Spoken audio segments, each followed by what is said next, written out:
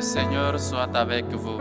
et avec votre esprit. Évangile de Jésus-Christ selon Saint Jean. Gloire à toi, Seigneur.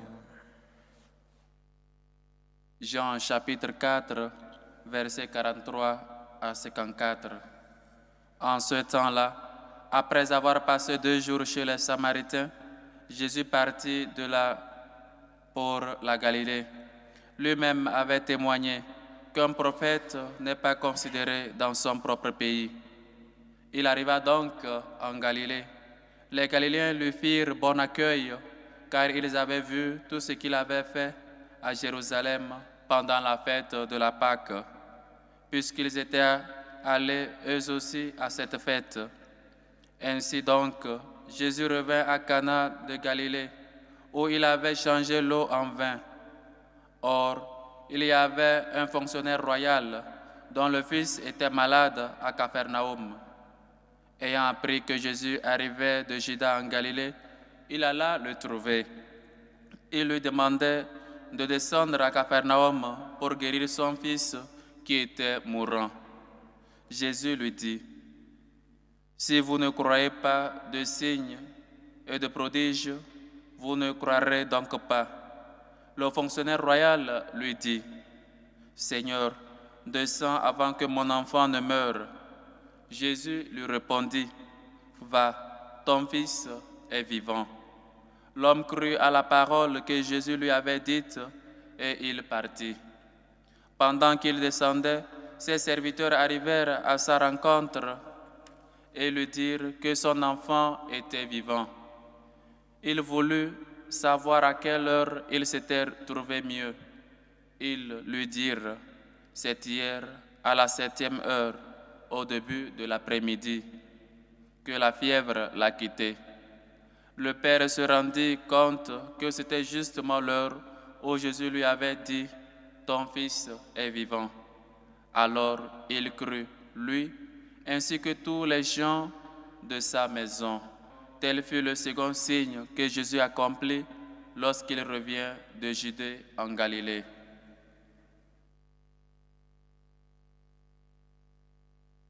Acclamons la parole de Dieu. Louange à toi, Seigneur Jésus.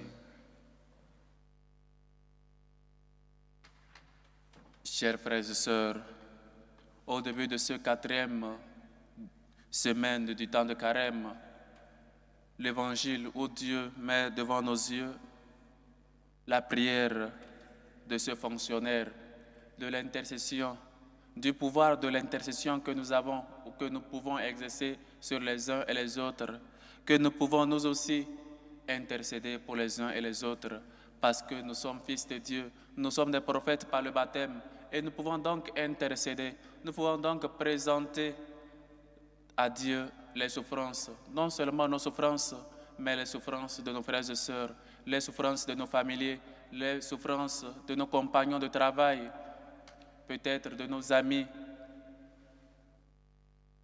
Et chers frères et sœurs, il est aussi question que la prière, elle est bonne. Prier, avoir une relation personnelle, avoir une relation intime avec notre Dieu, notre Père, est toujours importante. Quel fils ne lutte pas pour avoir cette relation-là avec son Père? Ou quel Père n'a pas une relation avec son Fils? Dieu a cette relation-là avec nous, mais parfois nous les fils, nous négligeons cette relation que nous avons, ou encore nous n'entretenons pas cette relation que nous avons avec Dieu. Il est donc question de prier. Comme disait Saint Augustin, priez comme si tout dépend de Dieu. Oui, chers frères et sœurs, tout dépend de Dieu. Il faut donc prier. Il faut donc avoir cette relation personnelle avec Dieu. Et c'est seulement dans la prière que nous avons la force. C'est seulement dans la prière que nous nous sentons guidés par l'Esprit Saint, parce que l'Esprit vient et demeure en nous, parce que Dieu le Père, Dieu le Fils viennent jusqu'à nous. Il est donc question de prier. Mais aussi, il est question de prier pour nos amis. Il est donc question d'intercéder pour les uns et les autres. Le fonctionnaire ne prie pas pour lui-même. Parfois, dans nos prières, nous sommes égoïstes. Nous ne prions que pour nous-mêmes. Donne-moi ceci, donne-moi cela, donne-moi ceci, donne-moi cela.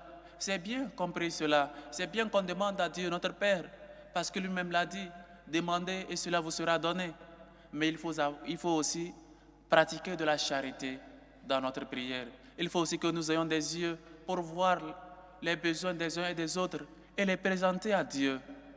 Le fonctionnaire prie pour son fils. Combien de parents prient pour leur fils? Combien de parents s'agenouillent, pleurent pour la conversion de leur fils?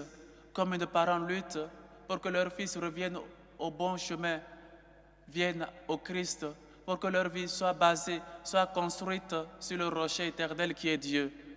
Combien de parents, chers frères et sœurs, dans nos vies, prennent ou ils sont conscients de l'intercession, de leur prière pour les enfants? Malheureusement, parfois, on rencontre des parents qui maudissent leurs enfants. Cela ne doit pas être ainsi chez nous, les chrétiens. Cela ne doit pas être ainsi, nous qui avons connu le Christ et nous qui savons le pouvoir de l'intercession. Chers frères et sœurs, nous sommes prêtres par le baptême. Il faut donc que nous sachions présenter les demandes des uns et des autres vers Dieu. Il est donc question de présenter, d'amener Dieu vers les hommes et d'amener les hommes vers Dieu. Il est question que nous sachions prier, que nous sachions intercéder pour les autres. Ne soyons pas égoïstes dans nos prières. Ne soyons pas égoïstes. Ah, c'est moi seul qui prie dans la maison. C'est moi seul qui prie le chapelet. C'est moi seul qui est chrétien dans ma maison. C'est bien. Mais est-ce que tu pries pour la conversion de tes familiers? Est-ce que tu pries pour tes fils? Est-ce que tu pries pour tes parents? Est-ce que tu intercèdes pour cette famille? Il faut donc que nous sachions prier pour la famille. Il faut donc que nous sachions intercéder pour les uns et les autres. Nous devons être comme un pont pour réconcilier Dieu et les hommes, pour amener ceux qui ne se connaissent pas encore Dieu, pour les amener vers Dieu et amener Dieu vers eux. Il est donc question que nous puissions intercéder pour les malades, prier pour les malades. Ou donc amenons-nous les malades quand ils ne se sentent pas bien, nos amis, nos familiers quand ils sont mal portants. On les amène chez peut-être les féticheurs, les guérisseurs, au lieu de les amener vers Dieu, au lieu d'intercéder pour eux, au lieu de demander à Jésus de les guérir. Chers frères et sœurs, nous avons vu la prière, le pouvoir de la prière dans la Bible, que ce soit depuis l'Ancien Testament, que ce soit dans le Nouveau Testament.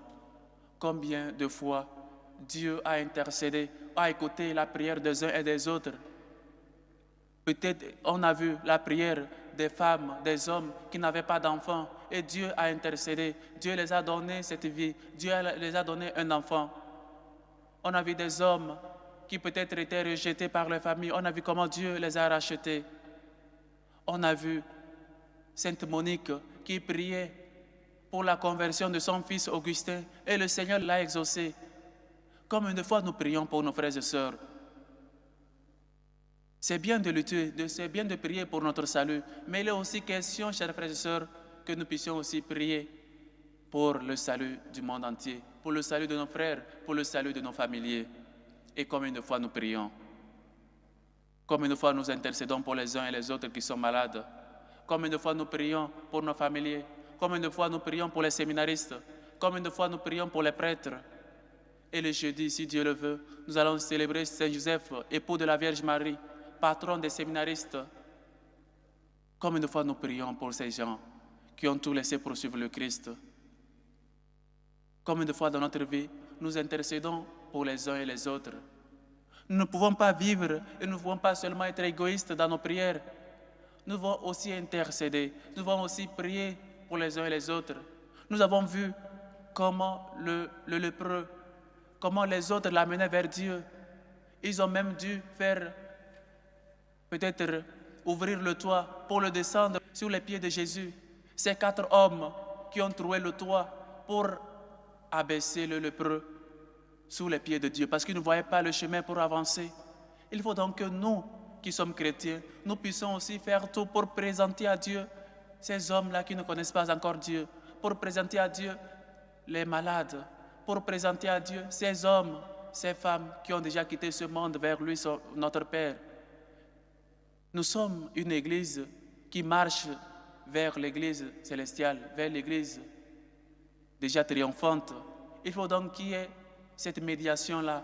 Non seulement les saints qui prient pour nous, mais aussi nous devons prier pour les uns et les autres, pour ces gens-là qui ont déjà quitté ce monde vers la maison de notre Père Dieu. quand ils seront dans la maison de Dieu, eux vont intercéder pour nous. Avoir la foi est un don.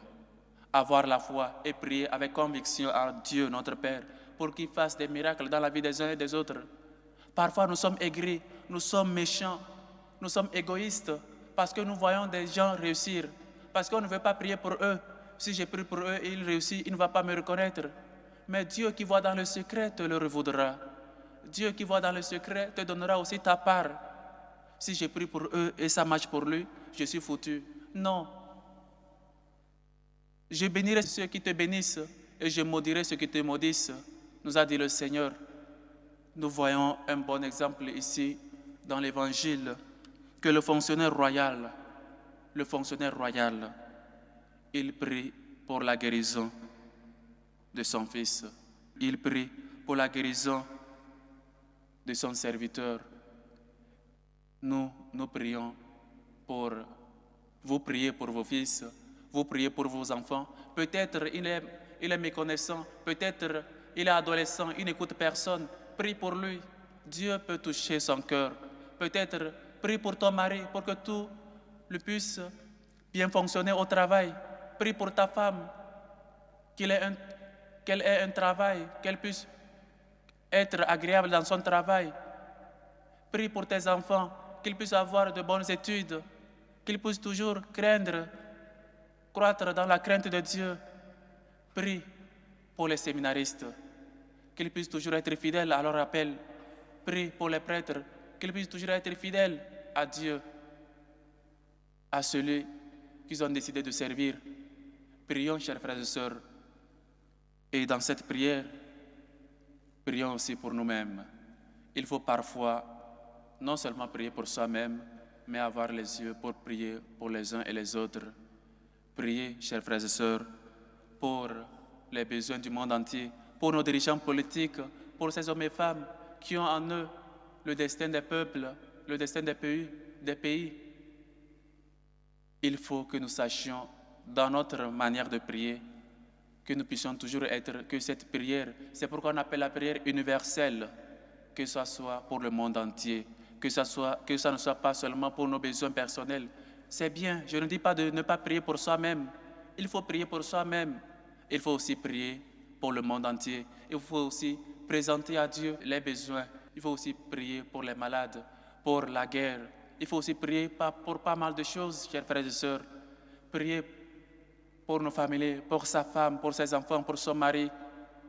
Il faut que nous sachions, chers frères et sœurs, comme le publicain royal, comme le fonctionnaire royal qui prie pour son fils.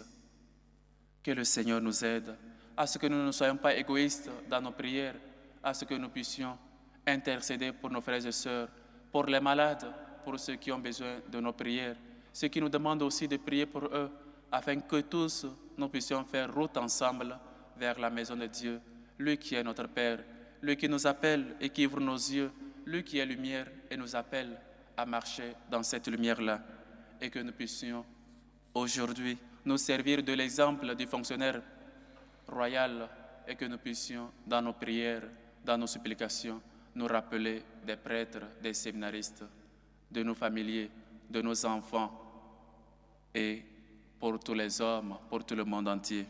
Que le Seigneur nous aide et que la Vierge Marie, l'humble servante, intercède toujours pour tous. Loué soit Jésus-Christ. À À jamais. jamais.